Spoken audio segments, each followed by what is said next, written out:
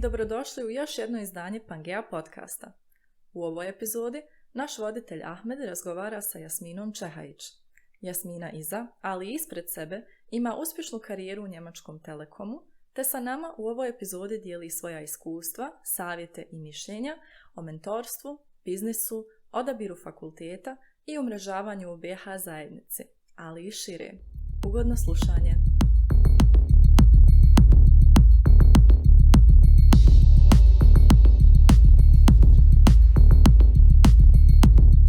Ćao Jasmina, drago mi je što si danas tu sa nama u novom izdanju Pangea podcasta. Hvala ti što si sebi izdvojila vrijeme. Ćao, Mete, drago mi je stvarno što sam tu pozvana i rado ću izdvojiti vrijeme za podcast i radujem se razgovarati s tobom. Hvala ti. Možda za nas sve gledaoce i slušaoce kratko na koji način želimo ovaj razgovor strukturirati. U prvom dijelu želimo da razgovaramo o tvom ličnom putu, ko je Jasmina, odakle dolaziš, šta je tvoja pozadina. U drugom dijelu želimo onda da čujemo u kojem kontekstu danas radiš, šta je tvoja pozicija, koje su prednosti, koje su mane. A za kraj želimo da čujemo tvoje mišljenje o stvarima kao što je mentorski program Pangea mreže, kao što je tvoje iskustvo sa tim stvarima. Za početak u ovom prvom dijelu, ko je Jasmina Čehajić? Jasmina Čehajić, ja dolazim iz Bosanske Krupe, inače rođena sam u Bosni, tamo sam živjela prvi dio svoga života. Preselila sam se u Njemačku 2012. U Bosni sam studirala kompjuterske nauke i electrical engineering, a poslije toga sam došla u Njemačku i počela sa praktikumom da radim u Deutsche Telekom grupaciji. To je bilo prvo radno iskustvo, znači oko 2012. I onda sam ostala u Telekomu i dalje da radim i mijenjajući mnoge razne pozicije. Danas sam i dalje tu u firmi. U međuvremenu sam završila i MBA na WHU univerzitetu u Njemačkoj, isto u part-time modelu uz posao. I danas radim u strategiji, znači globalnoj strategiji Deutsche Telekom grupacije. Šta to znači? Mi u biti imamo, znači naravno prisutni smo u Njemačkoj, međutim mi smo prisutni u mnogim drugim državama svijeta. Negdje imamo kćerke firme, tipa u Hrvatskoj, na primjer, gdje Hrvatski Telekom pripada našoj grupaciji, ali i gdje nemamo svoju firmu kćerku i dalje smo prisutni sa svojim biznisom, znači tamo služimo korporativne klijente ili veleprodajne klijente. I to je biznis u kojem se ja nalazim. Znači mi imamo urede biti od New Yorka do Hong Konga u cijelom svijetu i ja se bavim strategijom za taj naš globalni biznis. Da li imate ured u BiH u Sarajevu ili još ne? Nažalost ne. Da li je u planu? Mislim da, ja se uvijek nadam da jednog dana ćemo kupiti Bosanski Telekom, ali to je samo moja nada, ne znam šta će biti.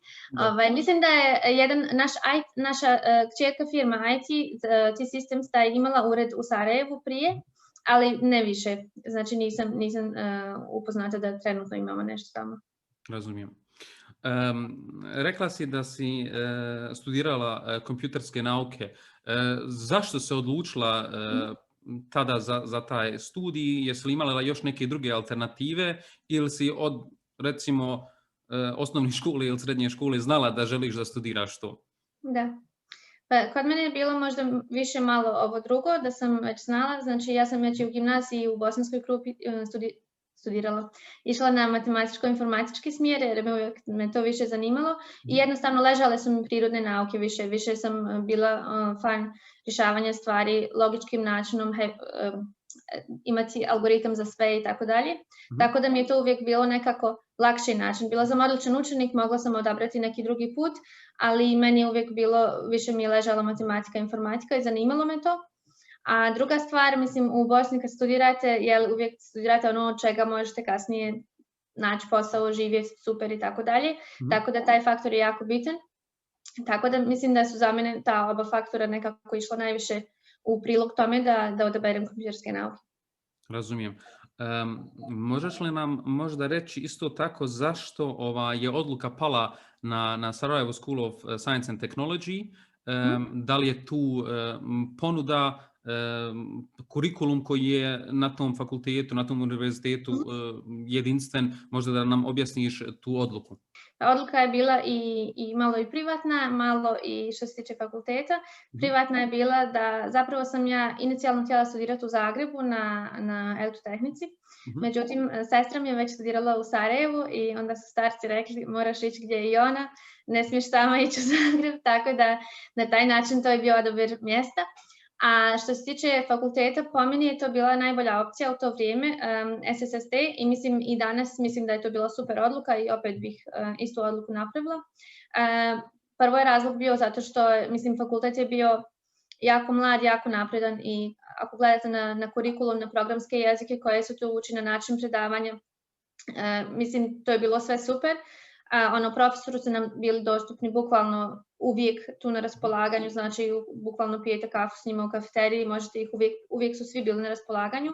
To mi se svidjelo mi se što je kadar bio dosta internacionalan, znači imali smo dosta profesora koji su bili s vana ili i profesori koji su bili naši su studirali bilo gdje u svijetu, tako da je bilo, to mi se jako svidjelo i naravno na engleskom. I dalje, zato što SSST je nudio 2 diplome, znači diplomu i bosansku i diplomu Buckinghamskog univerziteta, što je za mene bilo jako bitno jer već sam tad razmišljala, odnosno imala sam aspiracije da radim nešto internacionalno. Nisam znala da ću ostati toliko dugo u Njemačkoj ili da će mi Njemačka postati drugi dom, ali sam uvijek znala da želim ići probati negdje nešto da radim van. Tako da sam razmišljala o tome isto da želim da imam diplomu koja vrijedi i koju neću moći da se peglam sa cijelom nostrifikacijom i tako dalje. Tako da iz tih razloga mi je bilo super, mislim, bio mi je SSST pravi izbor, a i kasnije moje iskustvo je stvarno fenomenalno i totalno bi preporučila fakultet. Razumijem, samo ovdje moramo napraviti neplaćena reklama, tako da ima i drugi univerziteta. Nikakav problem. Državni, privatni, razumijem, zato sam te i pitao upravo da vidimo koje su prednosti i koji su razlozi zašto se ti odlučila za SSST. Ja moram jednostavno reći da postoji i druge institucije i sve to, ali meni je interesantno. Ja generalno mislim, sorry što se prekidam, generalno mislim da studirati tehničke nauke nije nikad greška. Tako da li je to privatni ili je to državni, to zavisi od osobnih preferenciji, od mogućnosti, od mnogih faktora, ali po meni, znači da nije bio SSST, bio na elektrotehnika na državnom fakultetu, tako da definitivno bi išla u tom smjeru. Razumijem. Kada pogledamo onda sljedeći korak, VHU, MBA, koji su razlozi zašto si krenula u potrazi za MBA-om, koja je motivacija bila i da li je na kraju ispalo ono što si očekivalo od tog MBA-a, jer znamo većinom MBA radi se iz razloga da se dovrši, usavršava neka struka u nekoj oblasti, u nekoj tematici. Šta je tvoja motivacija bila da ideš u ovaj part-time MBA? Moja motivacija je bila zato što moje obrazovanje je bilo kompletno tehničko. Znači na mom fakultetu ja nikad nisam imala ni jedan jedini predmet iz managementa, marketinga ili bilo kakve stvari.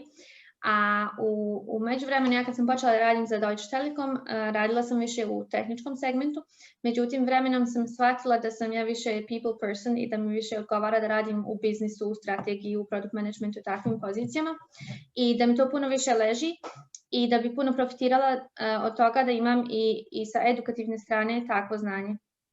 I onda sam se zanimala za MBA i htjela sam da radim nešto. Iskreno bio mi bitan jako brand škole gdje ću ići, tako da sam gledala neke najbolje škole u Europi i na kraju sam se odlučila za WHU zato što je po meni WHU jedna od najboljih škola za MBA u Njemačkoj i zato što oni imaju taj poduzetnički duh na fakultetu, znači dosta je tema poduzetništvo, dosta su tema inovacije, što mene isto osobno dosta zanima, tako da sam se tu pronašla.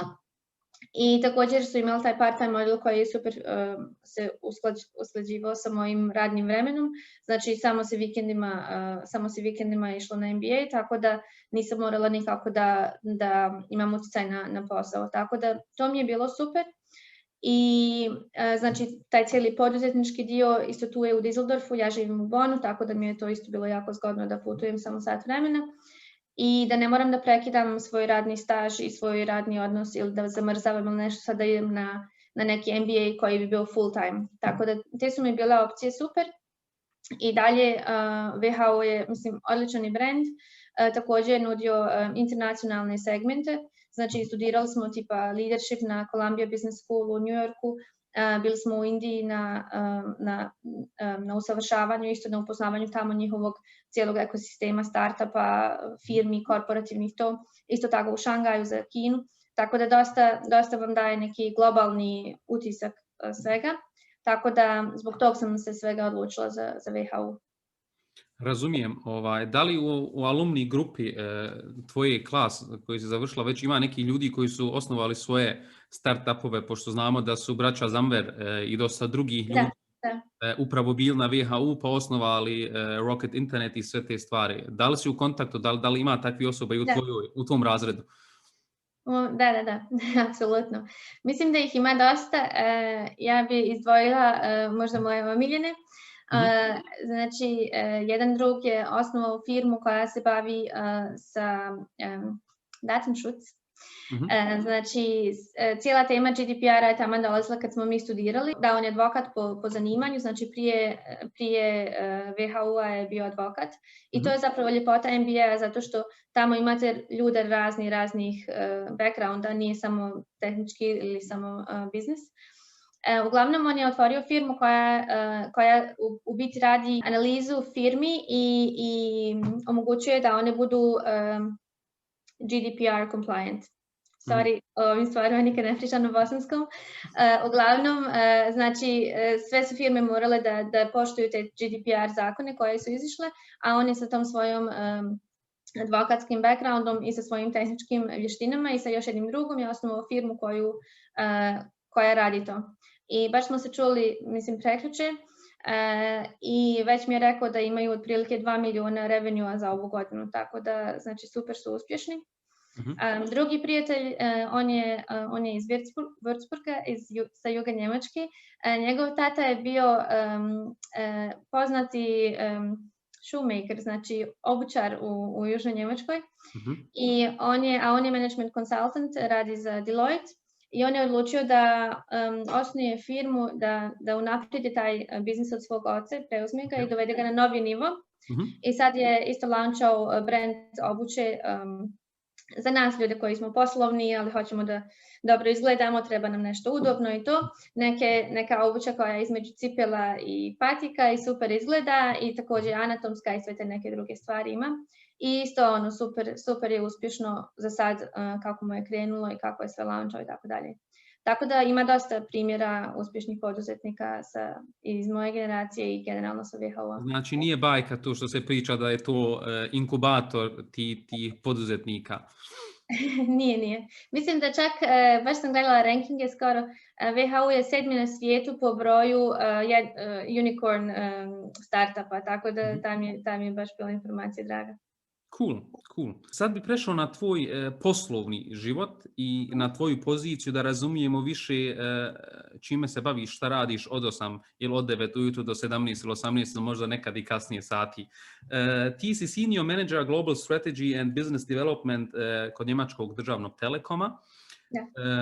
Možeš li nam objasniti kako tvoj dan izgleda?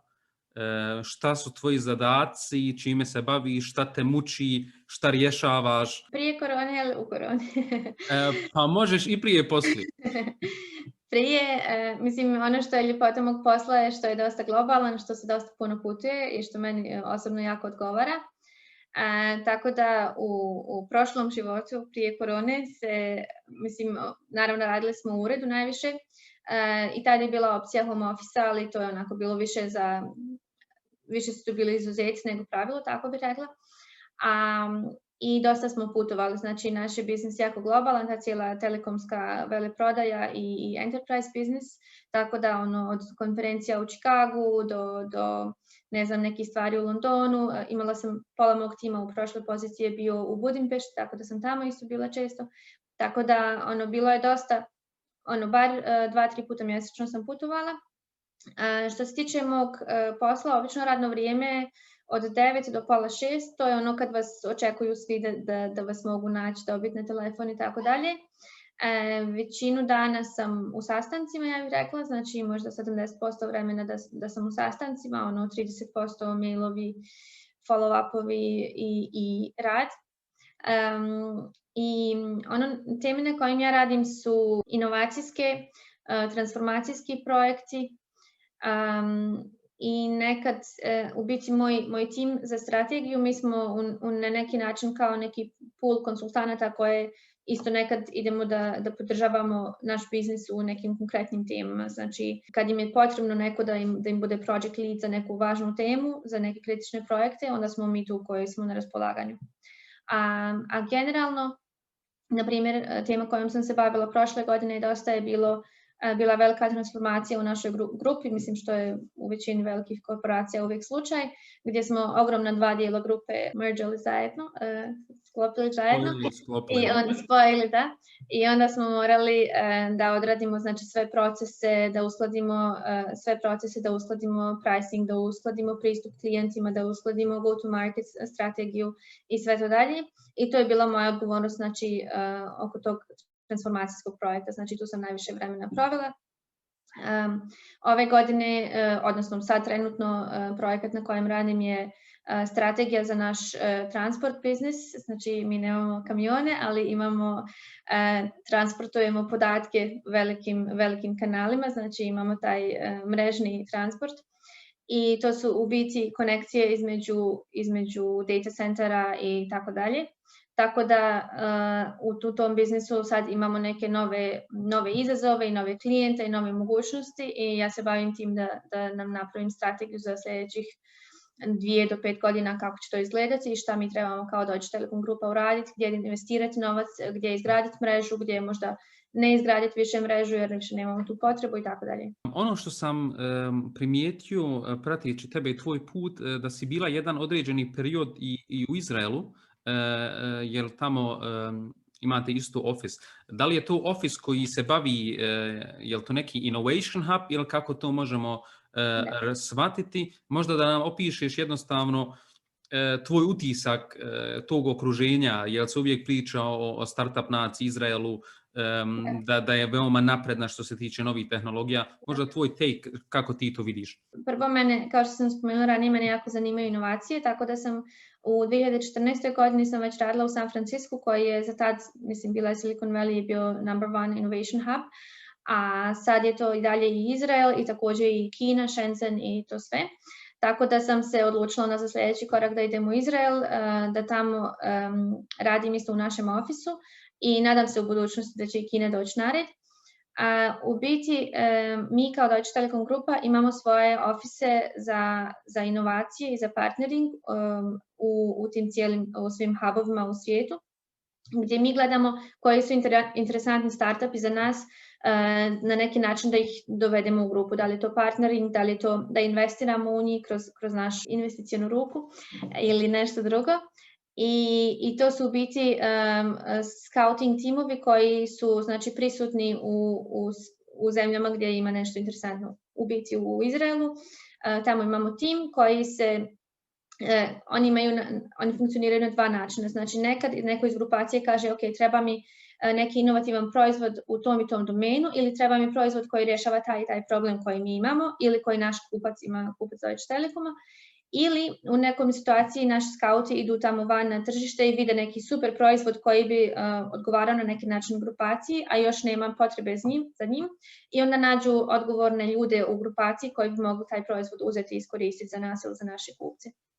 Ja sam išla tamo konkretno 3 mjeseca da se bavim inovacijama najviše na temu clouda, jer tad mi je to bila glavna tema, i mrežnim nekim uslugama, jer to je u biti moj biznis. Međutim, imala sam jako odriješene ruke da idem na sve konferencije, da se bavim sa svim i svačim što sam željela, ne samo za moju organizaciju s kojoj dolazim, nego i da učestvujem u aktivnostima cijelog tima tamo čime se on bave. I mogu reći da je bilo stvarno fenomenalno iskustvo. Mislim da je to, ako bi izdvojila jedan highlight za cijelu karijeru, to bi bio Tel Aviv. Mislim, naravno sad nije popularno pričati o Izraelu ovih dana, ali s te inovacijske strane mislim da je jako fenomenalno okruženje. Ono što je razlog tom svem njihovom uspjehu, ja mislim je dosta toga, dosta umrežavanje. Znači, evo isto što mi u Pangeji radimo, da svi su ljudi povezani. Znači, zemlja je jako mala, veličine Slovenije, tako samo da malo perspektive dam. I svi su obavezni, na primjer, da idu u vojsku, i žene i muškarci.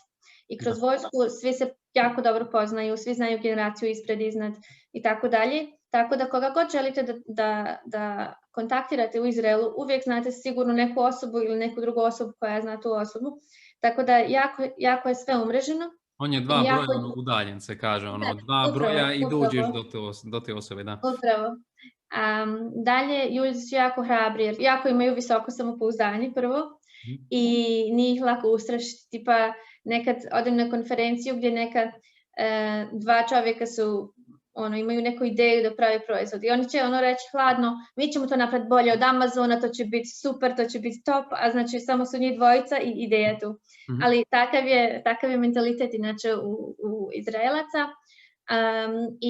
I mislim to je super stvar, je tako otprilike i u Silikonskoj dolini isto. Mi Evropljani smo malo možda ne povučeni, tako dalje, ali oni su baš go-getteri. Tako da to mi se isto jako svidjelo i cijeli taj, oni su uvijek u nekoj krizi, u nekoj panici, tako da im je to postalo business as usual, ništa im to ne znači. Tipa ja kad sam trebala doći u Izrael, isto je bilo nekih problema, letovi su bili otkazani i sve to i svi su mi ovdje rekli, šefovi su mi rekli nemoj ići, roditelji su mi rekli nemoj ići i tako dalje. Međutim, ja sam idem naći stan koji ima tu sigurnu sobu, što svi u Izraelu imaju, zove se Mamad, koja je soba od željeza i to. Ja sam rekla ako nešto se desi, ja ću biti sigurna. Međutim, kad sam došla tamo je znači super sigurno, nemate uopće nikakav osjećaj ikakvih problema, a posebno Tel Aviv je stvarno fenomenalan grad za živjeti, znači ja bi se sutra preselila u Tel Aviv. More, surfanje, ljudi su opušteni, baš je nekako super je ta cijela atmosfera. Nije ni malo religiozan grad, čak je možda jedan od najvećih gej centara u svijetu i skroz su ljudi opušteni i cool i sve to. Tako da, stvarno je bilo super to iskustvo cijelo. I bilo mi je interesantno koliko su Izraelci, mislim, zemlja je jako mala, ali što se tiče tih inovacija, dosta je različito, na primjer, od San Francisca, gdje su obično neki founderi startupa, mladi ljudi, ne znam, dvojica drugova koji su ispali sa Stanforda, 22 godine, imaju neku super ideju. Klasična ona priča, ja. Da, klasična priča, a u Izraelu je to, znači, čovjek koji ima 55 godina, 20-30 godina karijeru u nekoj firmi. I onda je on našao neki bolji način da se radi neki posao i osnovat će firmu za to. I dosta se više fokusiraju na B2B i na enterprise. I jako mi je fascinantno koliko su spremni da služe sa svojim rješenjima cijeli svijet.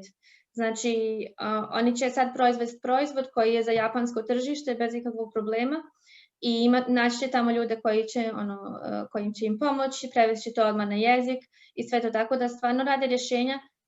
Dosta se B2B bave i dosta su globalni za tako malu zemlju i za tako nekako izoliranu zemlju sa svih strana. Tako da to mi je bilo super fascinantno što se tiče inovacija. Da, kao što si rekla, aktuelno veoma vruća tema na koju ni mi ne želimo da pričamo jer jednostavno nismo upoznati u tim detaljima, to je Srednji istok, puno veći igrači, veće sile nemaju rješenja i ne usuđuju se nešto da govore, tako da meni je bitno bilo da iz ove priče oko inovacijskog huba Telekoma izvučemo i njihov mindset i njihov način kako djeluju, to samopouzdanje, neko taj način razmišljanja, umreženost, sve ove stvari koje si ti navela, mogu se, ja mislim, odvojiti od političke, geopolitičke bilo koje situacije i jednostavno da se apstrahira i kaže ok, šta god daje, ovo se može preuzeti, ovo je relevantno. Apsolutno, best practices svugdje postoji. Da, kao što kažeš. kao što kažeš, veličina države je kao Slovenija, a radi za globalno tržište, što to Da. recimo na BiH ne bi mogla raditi. Apsolutno.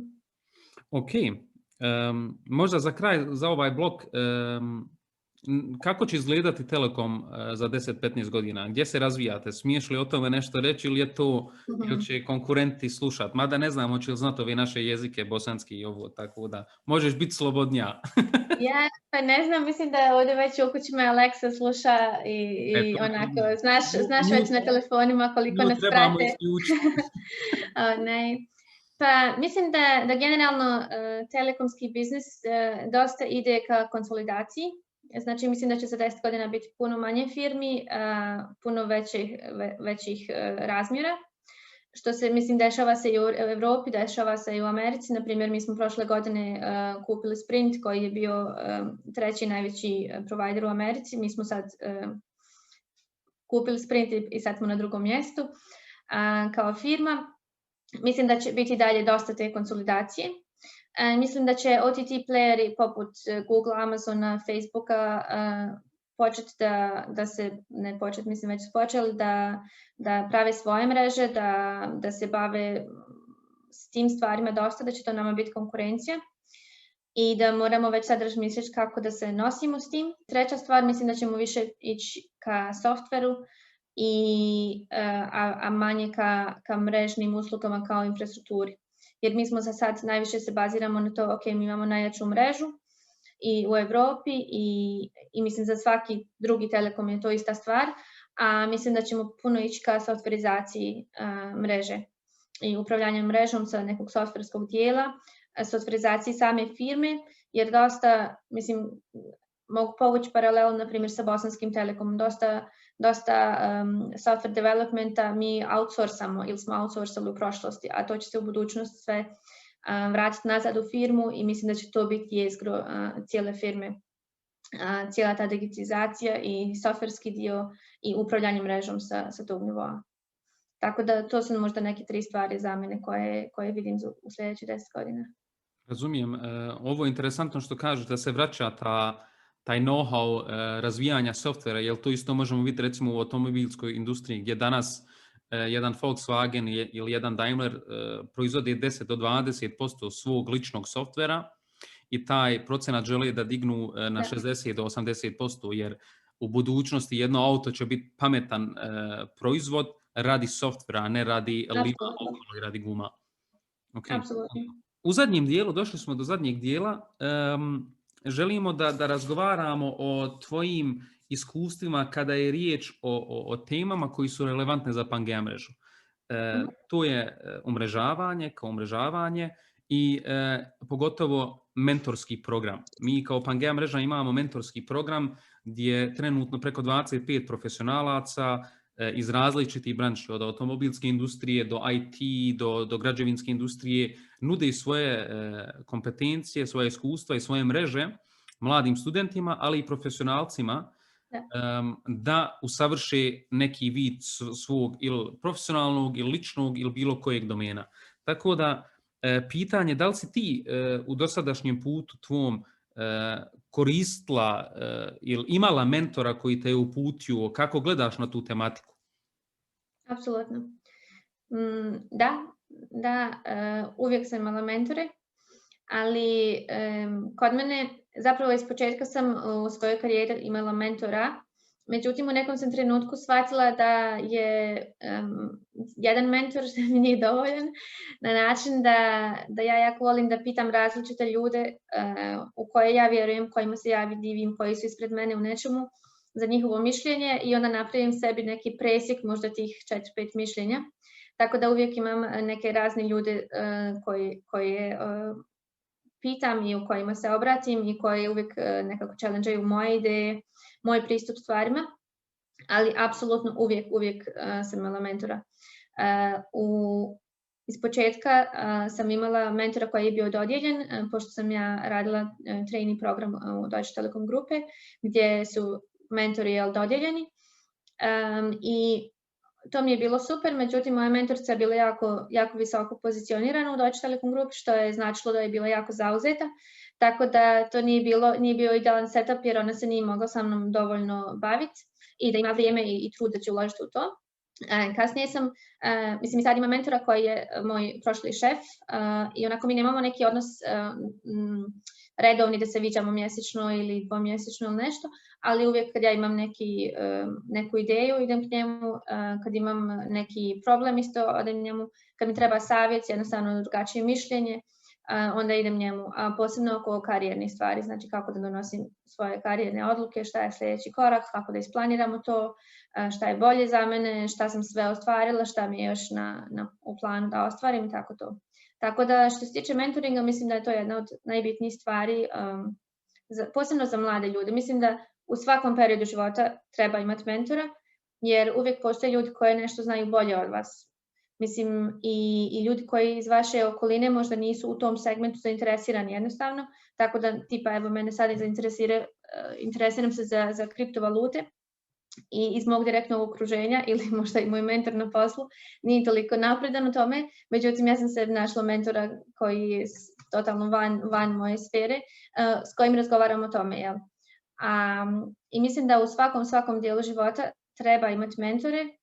Mislim da i Bill Gates i dan danas ima mentora za neke stvari, a posebno u prvim godinama karijere, odnosno pri kraju univerziteta već i na početku karijere, jer se tad donose možda najbitnije odluke, tad se donose velike odluke koje vas definiraju za dalje, koje su, i tad je možda neki najveći rast u karijeri, znači i najbrže se mijenjaju pozicije. Tad probavajte neke stvari, ok, ako ste možda za poduzetništvo, ok, probavajte startup, ako to nije za vas, onda idete u korporaciju, idete u management consulting i to. A za sve to je stvarno super imati nekoga koja je pri ruci da vas savjetuje u tim stvarima i da vam otvori neka vrata, jer mentore obično imaju super mrežu iza sebe i mogu vam otvoriti neka vrata možda za koja vi ne znate ni da postoje. Tako da, što se mene tiče, super iskustvo i uvijek bi preporučila i isto sam mentor na drugu stranu. Ok, što se tiče ovih kriptovaluta, šta je rekao čovjek, treba li sačekati da spadnu? Hvale se. Prekliče, Elon je bacio tweet i sve je otišlo dole, tako da je vrijeme za kupiti. Vrijeme za kupovinu, ali ovdje ide ponovo, nismo financijski advisor, znači ovo nije nikakav... Da, moraš disclaimer. Ja, morat ćemo par disclaimova praviti dolu u onom description. Može. Cijeli ovaj marketing za SSSD, za VHU i za kriptovalute, to uzmite sa zrnom soli. Kada sad pogledamo BH zajednicu u Njemačkoj, ti si rekla si u Düsseldorfu, radiš u Bonnu, na koji način gledaš tu našu zajednicu bosansko-hercegovačku? Koliko si umrežena, koliko znaš drugi ljudi i kako je ocjenjuješ generalno? Teško pitanje. Ja generalno mislim da ja nisam dobro umrežena i da nisam dovoljno aktivna u tom segmentu. Rado bih bila više aktivna i rado bila više umrežena. Možda prvi put kad sam zapravo bila u kontaktu sa nekim mrežama, mislim gdje smo se mi zapravo upoznali je prošle godine na ovoj večeri od BH Future Foundation. Isto je mene neko proaktivno kontaktirao preko LinkedIna da se tu pridružim i ja sam se pridružila. Mislim da bismo mogli biti malo generalno svi bolji u tome. Mislim, i imati primjere poput vas koji to već radite u Pangea mreži. Mislim da bi se puno više moglo postići ako se više udružimo. Evo, pričala sam o tom cijelom primjeru Izraela i to, jer mislim toliko je bitno da ti neko pruži ruku, neko ko je ispred tebe, ko zna nešto, neko ko je u drugoj firmi i tako dalje. Tako da generalno što se tiče mene, mislim da ima mjesta za napredak što se tiče umrežavanja. Ne znam kako bi ocijenila cijelu tu mrežu, nekako ja kako sam došla u Bonnu nema puno naših, generalno, ima dosta, ne znam, Hrvata i ljudi iz drugih zemalja, ali nekako ja nisam upala uopće u našu neku bilo kakvu balkansku zajednicu i nekako je to ostalo najviše do danas. Međutim, rado bih bila dio i rado bih podržala mlade ljude, posebno iz Bosne, da nađu svoj put i u Njemačkoj i u drugim zemljama. Ok.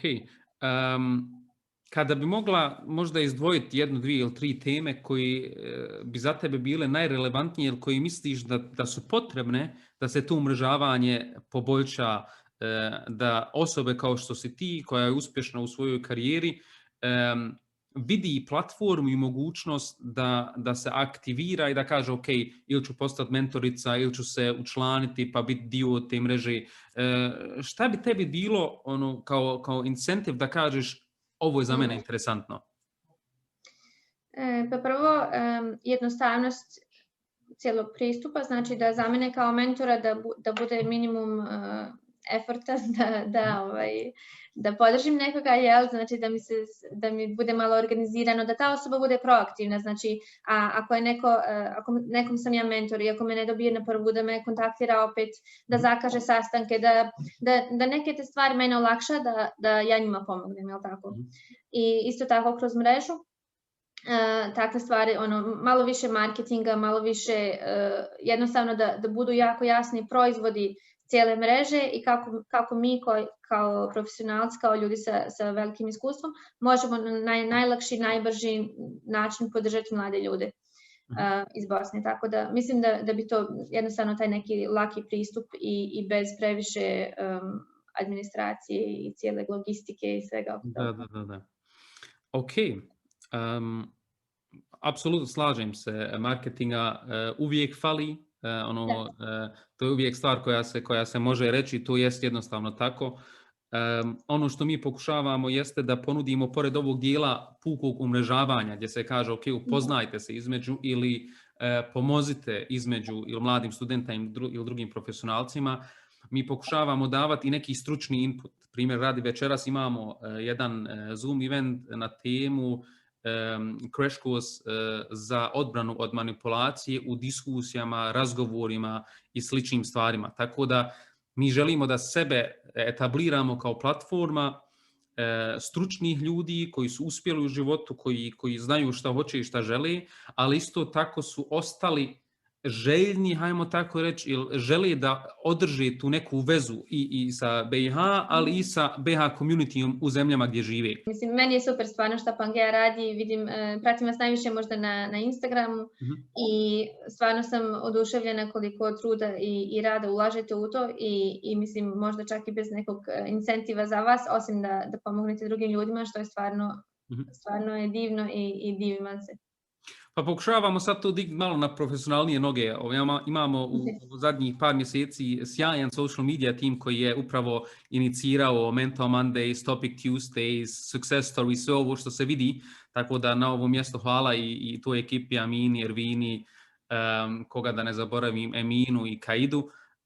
Nek su spomenute, bez njih to ne bilo moguće, ali pokušavamo i mi sebe da profesionaliziramo pa da neko stvarno za nešto to uradi, a ne samo iz neke dobre volje, jer sve može do neke granice, ali nakon neke granice onda to postaje umarajuće. Tako da pred nama je, nadamo se najboljem i s tim bi možda postavio zadnje pitanje, imaš li neke završnu riječ, poruku, šta bi željela još reći, jer imali smo do sad situacije da ja odjavim, a sugovornik ili sugovornica je htjela još nešto da rekne, tako da izvoli. Uvijek imam šta reći. Izvoli. Ne, zapravo, kad smo razgovarali o ovom razgovoru, pitao si me da li imam neki savjet ljudima, mladim ljudima generalno, i ja sam si tu malo razmišljala, ok, šta bi bio moj savjet ljudima koji su na početku karijere ili koji su na kraju fakulteta.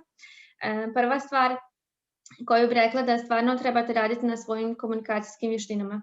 Mislim da je to jedan najvažniji skill u životu i to ne znači samo biti pričljiv, to znači komunikacija je dvosmjerni put i po to spadaju mnoge stvari i pregovori i komuniciranje i prezentacija sebe, prezentacija projekata i prodaje na neki način i marketing na neki način. Tako da mislim da stvarno usavršiti komunikacijske vještine je jako, jako bitna stvar. Druga stvar za one koji se pripremaju za poslove, za intervjue i tako dalje, mislim da je puno bitniji kvalitet nego kvantitet, da je bolje da aplicirate na jednu poziciju, ali da stvarno pripremite fenomenalno pismo aplikacije, da pripremite fenomenalne dokumente za to, nego da se neko generalno pismo šaljete na 100 pozicija. I zašto ovo govorim? Jer često mi se ljudi jave iz Bosne i kažu mogu li aplicirati kod tebe, hoćeš mi pomoći, to sve. Ja kažem ok, ajde pošalj papire. I onda kad vidim te dokumente, da Bog sačuva. Ne znam gdje da počnem, pa da. Tako da stvarno treba, ljudi jednostavno ne daju dovoljno vrijednosti tom CV-u i tom pismu motivacije i bilo kakvim drugim. Sad firme daju dosta neke video opcije i druge opcije da se kandidati predstave. Stvarno mislim da treba uložiti vrijeme maksimalno u to, jer inače nikad nećete imati šansu da dođete do tog posla. Dakle, manje aplikacija, ali jako, jako kvalitetne. Treća stvar je provedite vrijeme u networkingu, pronađite ljude koji su pametniji od vas u svemu. Znate onu izreku što kažu, vi ste prosjek 5 ljudi s kojima provodite najviše vremena, tako da pazite da ti 5 bude kvalitetni ljudi i da vas napređuju. I da razvijete znači i mrežu, da poznajete ljude u drugim segmentima, u drugim oblastima, drugačijih pogleda na svijet i tako dalje, jer stvarno to donosi ogromnu vrijednost u životu. I mislim zadnji dio je da nikada se ne prestaje učiti. Znači meni je isto sljedeći korak, nadam se PhD u budućnosti i možda još neke druge stvari, ali i bez obzira na te neke veće korake, isto na dnevnoj bazi, stvarno se trudim da pristupim nekim seminarima, da se uključim na neke razgovore, na panele, na diskusije, na konferencije i tako to. Stvarno mislim da je to neka najbitnija stvar da se uvijek čovjek razvija dalje. Tako da to su moje finalne riječi. Hvala. Super da sam postavio pitanje da li imaš još nešto da kažeš, vidiš. Rekla ti ja to svakako. Hvala ti mnogo. Možda dodatak za ovu prosjek, ti si prosjek onih 5 osoba s kojim se družiš, ima isto izreka ako ste najpametniji u sobi, u pogrešnoj ste sobi. Morate promijeniti sobu da ne budete više najpametniji. Tako da to mi je naopalo kad si to pričala. Da. Super. Jasmina, hvala ti puno. Znam da imamo dosta toga izvući iz ovog razgovora. Ja se radujem sljedećim prilikama u Düsseldorfu i okolini gdje se možemo ponovo vidjeti.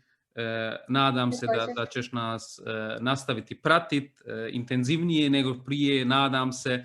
I ako bude neko želio da uđe u Telekom, nek se obrati nama, mi ćemo proslijediti, nek se ne javljaju svi tebi direktno.